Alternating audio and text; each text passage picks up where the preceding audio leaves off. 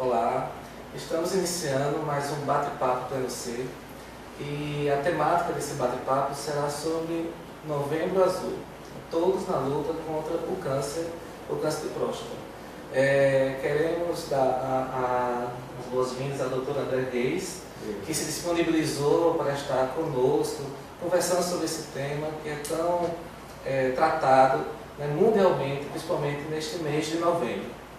E para iniciar esse bate-papo, eu gostaria de comentar sobre algumas estatísticas disponibilizadas pelo Instituto Nacional de Câncer, José Alencar Gomes da Silva, que é um instituto vinculado ao governo federal, e eles nos indicam algumas estatísticas a respeito do câncer de próstata, que é o seguinte. Eles informam que esse é o segundo tipo de câncer mais mortal entre os homens em todo o mundo. E que há um diagnóstico de câncer de próstata a cada 7,6 minutos. Que também há um óbito por câncer de próstata a cada 40 minutos. E que estima-se que 61.200 casos novos de câncer de próstata para o Brasil em 2016. Esses valores correspondem a um risco estimado de 61 casos novos a cada 100 mil homens. É um número assustador, né? Exatamente. Boa noite a todos. É um prazer estar aqui participando com vocês desse breve informativo. E realmente, como você bem falou, Everton, o câncer de próstata ele é o segundo câncer mais comum, né? Só fica atrás do câncer de pele. Então, realmente é um câncer bastante prevalente, ou seja, é um câncer que tem um número de casos consideráveis e apresenta hoje uma das principais causas de preocupação em relação à saúde do homem. Né? Por ser um câncer que dá poucos sintomas e que às vezes ele se manifesta tardiamente, então é um problema importante que deve chamar a nossa atenção. De fato. E o INCA, né, esse instituto, né, ele também traz um dado interessante, doutor André.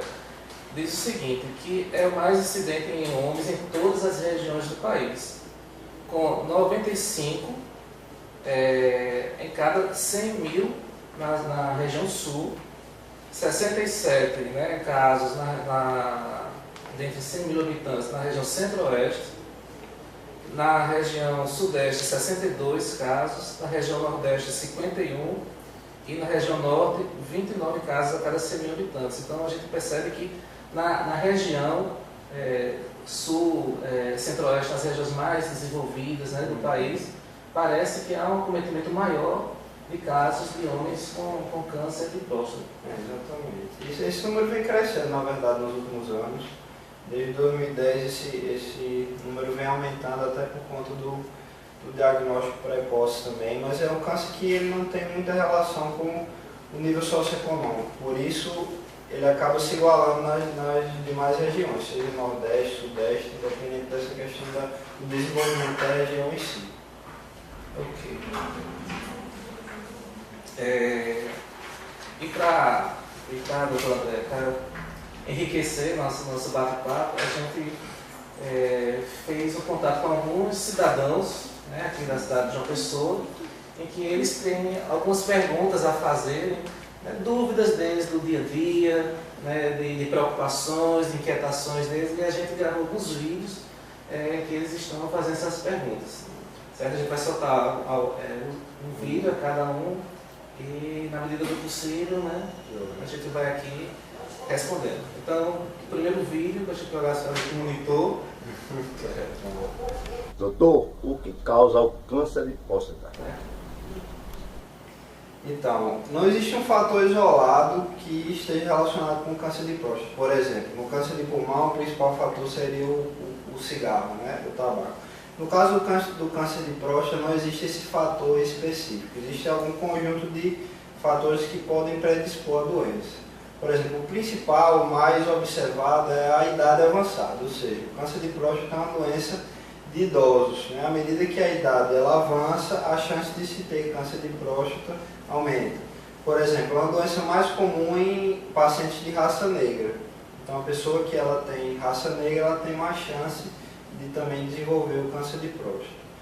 Entre outros fatores que a gente pode citar, por exemplo, em relação a questões comportamentais, foi descrito também que uma alimentação rica em gorduras, ela pode também predispor ao câncer de próstata. Fato é que o câncer de próstata ele é causado por uma alteração genética. Né? É uma questão um pouquinho complexa, mas a alteração de um gene ali pode acabar gerando a doença. Mas não existe esse fator específico. Existe um conjunto de fatores que podem predispor a doença e a gente precisa ficar atento, sendo o principal deles a idade avançada e raça negra. Doutor André, e o histórico familiar aí também? Sim, com certeza. O histórico familiar também é um fator de risco importante. Então, se é um homem que tem parentes de primeiro, de segundo, terceiro grau, como pai, avô, irmãos, etc., isso também vai aumentar a chance daquela pessoa ter também o câncer de próstata. Ok. Vamos para a segunda pergunta. Vamos lá. Doutor, qual a idade que deve fazer o exame e quais os sintomas que se deve ficar em alerta? Muito bem, então. Hoje existe uma indicação de que, como eu comentei antes, a próstata é uma doença de pessoas mais idosas. Né? À medida que a idade avança, você precisa ter um pouco mais de atenção. Então a indicação hoje é que homens a partir de 50 anos, eles procurem ajuda médica. Né? Não existe mais aquela recomendação que todo homem acima de 50 anos ele precisa fazer os exames de rastreio, mas existe sim a recomendação forte de que homens a partir de 50 anos procurem o médico, procurem a ajuda especializada para que a gente possa avaliar essa pessoa, esse paciente, esse homem, de acordo com os fatores ali que o rodeiam, a gente possa indicar para ele os exames, né? Agora, se é uma pessoa que tem história familiar de câncer de próstata, se é uma pessoa de raça negra, a recomendação é que ela já procure um pouquinho mais cedo, a partir dos 45 anos.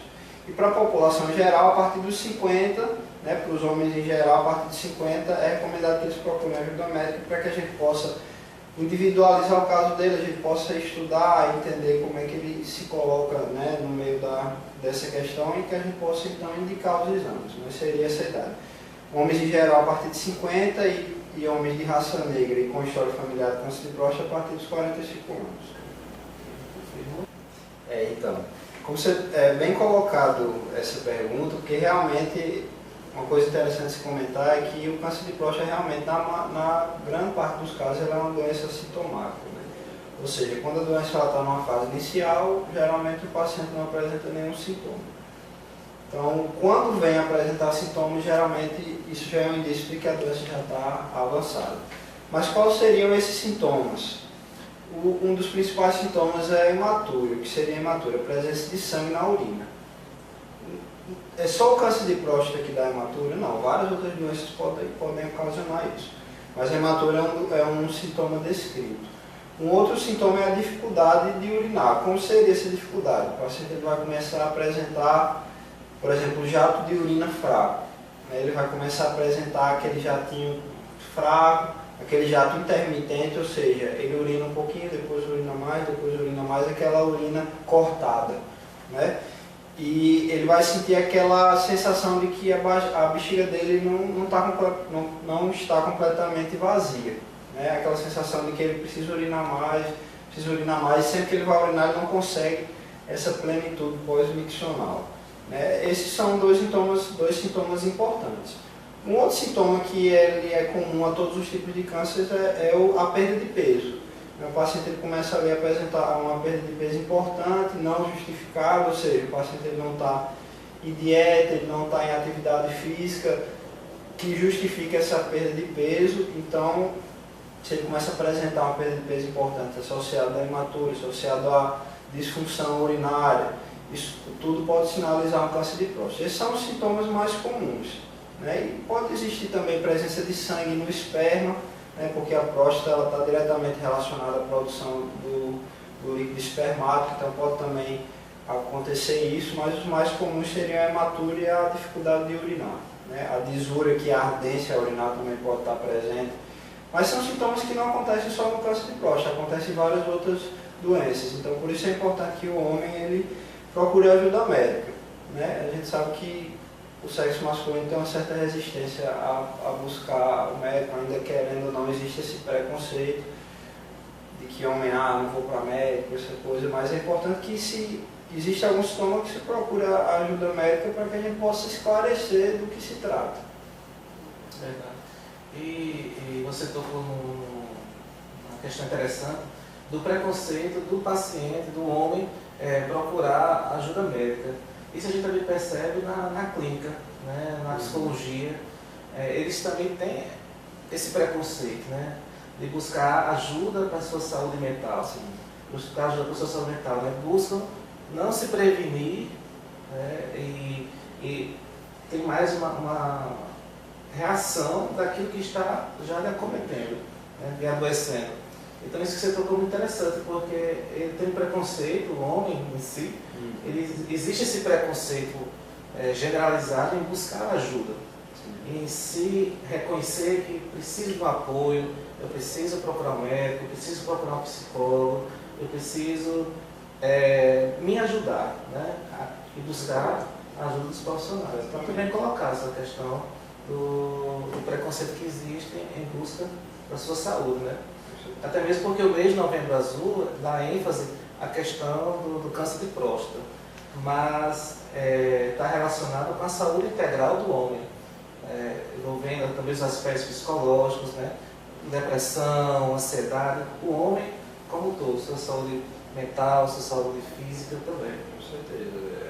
Tem uma gama enorme de doenças que acometem o sexo masculino, que são mais prevalentes no sexo masculino, então ainda bem que a gente, com essa era da informação, a gente tem conseguido diminuir um pouco essa resistência, sim. Mas ainda existe bastante. Então, fica aí o recado para que os homens eles possam aderir mais e que a gente possa cuidar mais da saúde do homem de uma forma geral.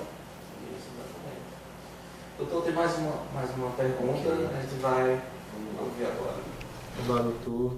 Eu gostaria de saber se o câncer de próstata pode ocasionar impotência sexual ou, em caso de cirurgia, após constatado o câncer, se essa impotência pode vir a ocorrer.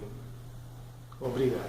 Ok, muito bem. Sim, é possível que a cirurgia do câncer de próstata gere essa impotência sexual. Né? A cirurgia é a prostatectomia, ou seja, a retirada da próstata. Essa retirada ela pode ser parcial ou total, ou seja, dependendo do tipo de lesão, da extensão dessa lesão, se tira a próstata por inteiro ou só uma parte da próstata. Essa cirurgia pode ser feita por vários acessos diferentes, seja suprapúbico, seja um pouco em cima da região pública, seja perto da região retal, enfim. Mas é uma complicação possível e é uma complicação muito comum, inclusive.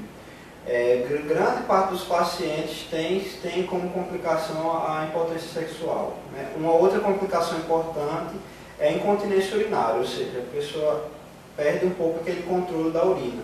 Né? Involuntariamente ela acaba urinando, isso é uma complicação comum. Por que a impotência é descrita e acontece? Porque como o acesso é um pouco difícil, se acaba lesionando muitas vezes os nervos que causam a ereção.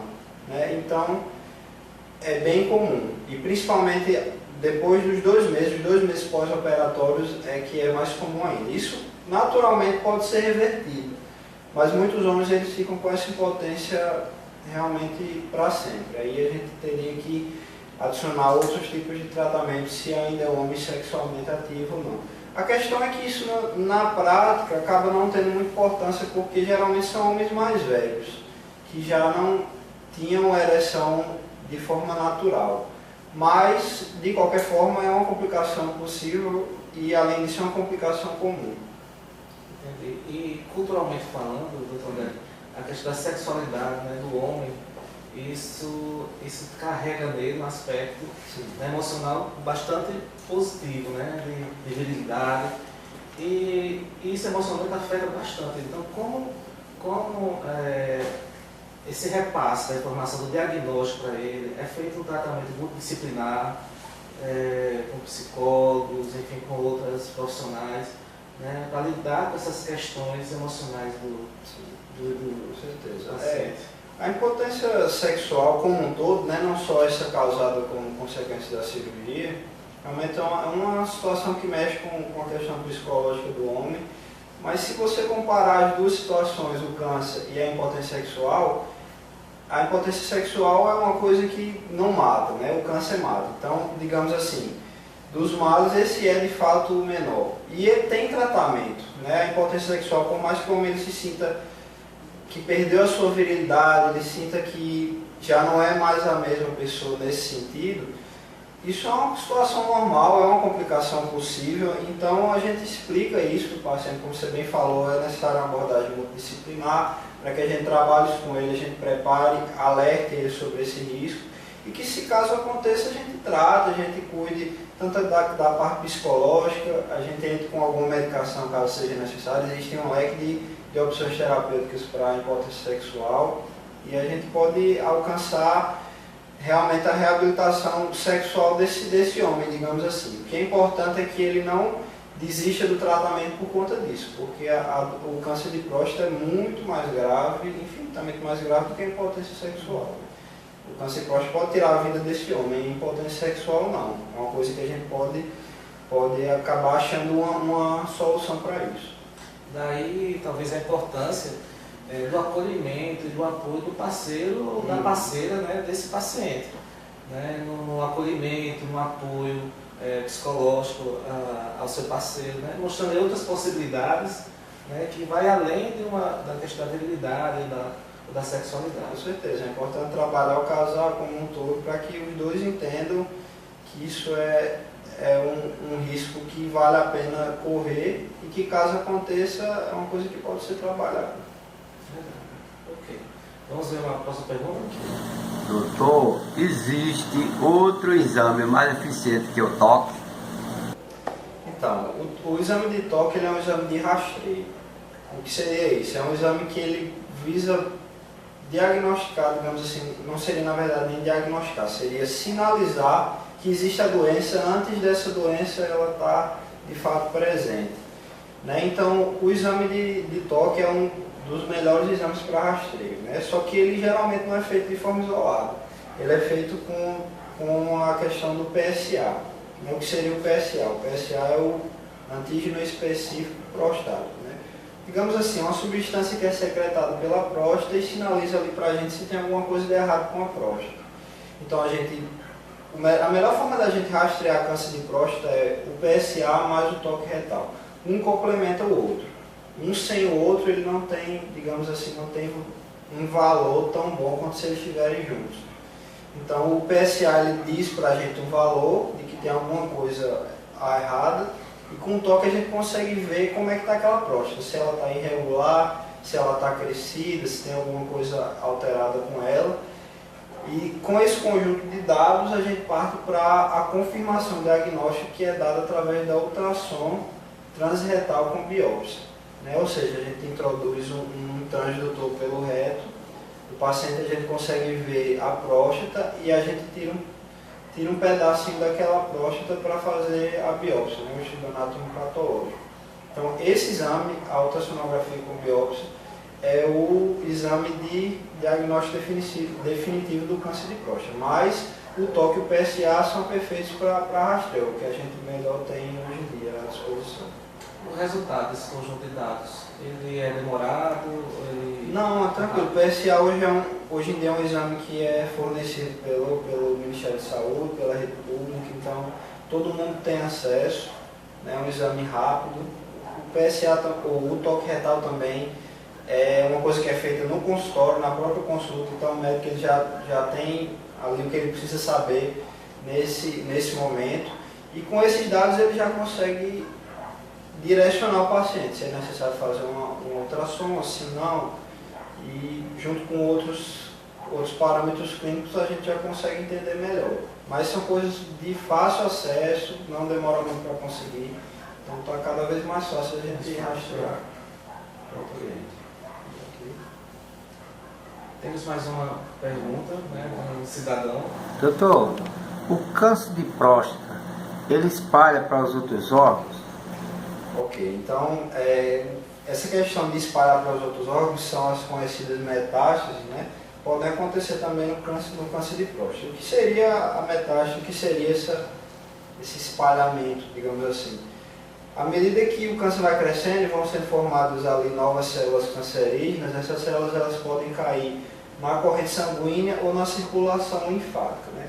E através da circulação do sangue ou da linfa pelo corpo, isso pode acabar indo para outros órgãos, essas células podem chegar em outros órgãos e dar a famosa metástase, que é o câncer à distância, né?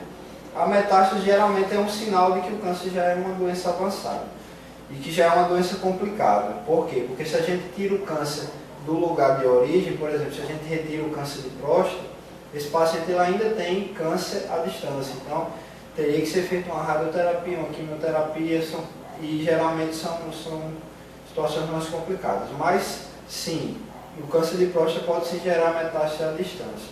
E o local mais comum é o osso. Então, podem se formar lesões ósseas por conta do câncer de próstata, mas também podem acontecer em outros campos, como fígado, pulmão, cérebro, que acabam sendo, de uma forma geral, os mais comuns. Mas no câncer de próstata, especificamente, o sítio de metástase mais comum é o osso. E o tratamento, doutor, ele dura em média quanto tempo?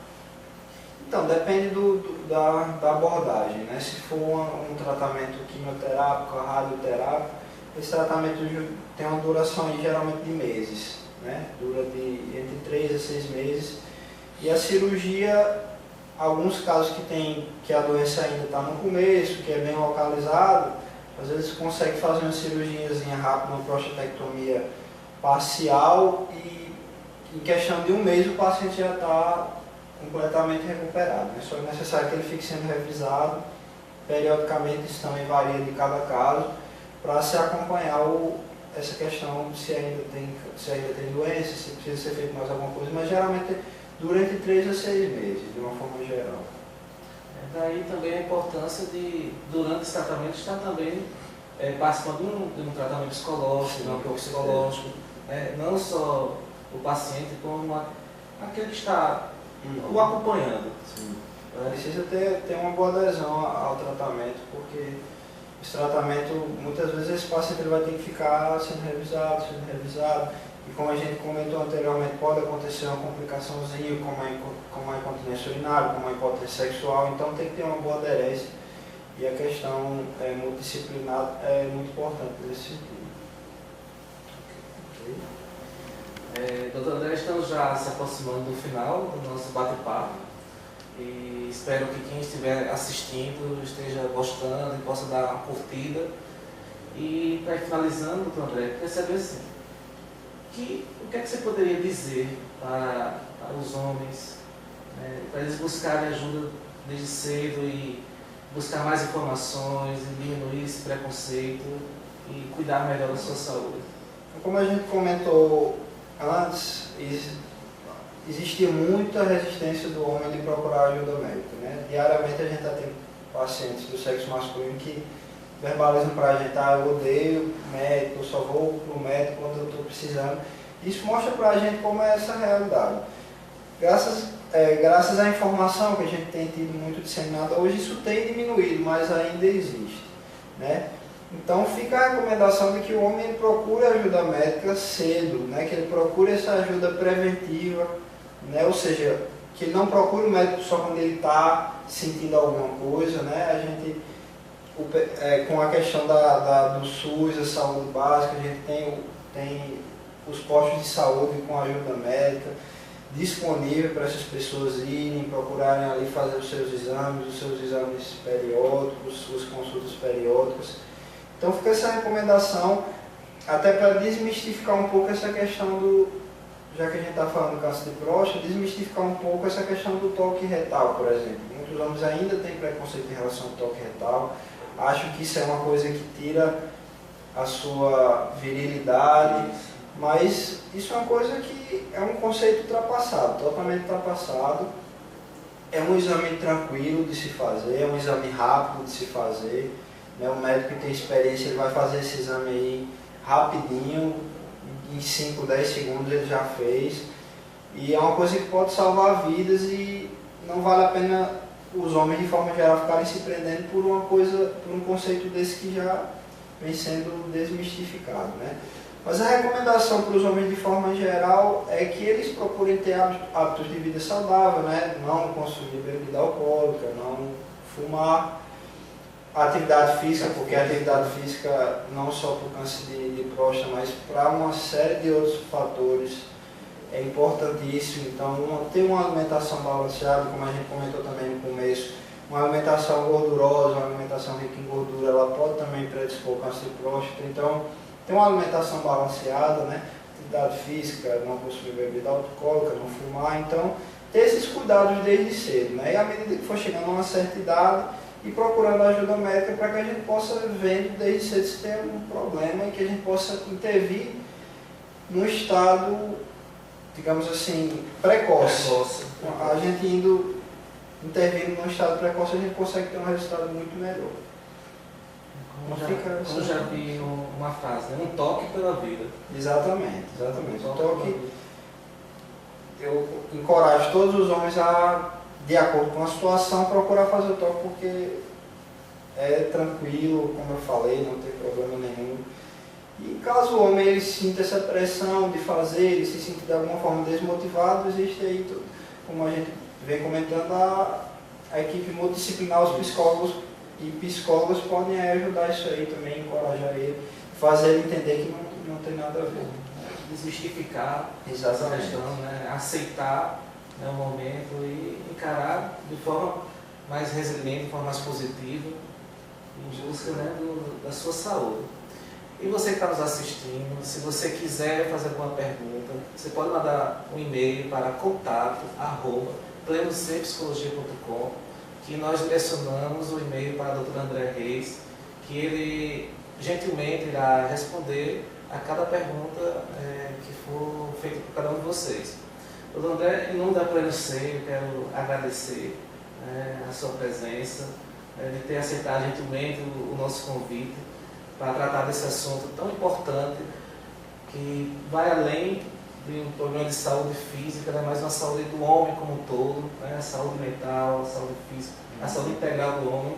Quero agradecer e quero deixar com você as palavras finais, né, desse momento, desse bate-papo. Eu que agradeço, né, a oportunidade, para mim foi muito gratificante poder estar aqui com vocês, participando dessa programação, e quando precisarem novamente é só entrar em contato, a gente vai estar sempre juntos, né? Mas fica essa dica aí, vamos cuidar da nossa saúde, homens, mulheres, vamos estimular nossos conhecidos, familiares, etc. E para que a gente possa ter cada vez mais uma vida mais saudável. Agradeço a oportunidade e um grande abraço para todos. Até mesmo porque Novembro Azul é apenas um momento que estamos dando ênfase à questão da saúde integral do homem, mas isso passa por todo o ano, né? Dia após dia. Então queremos agradecer a todos e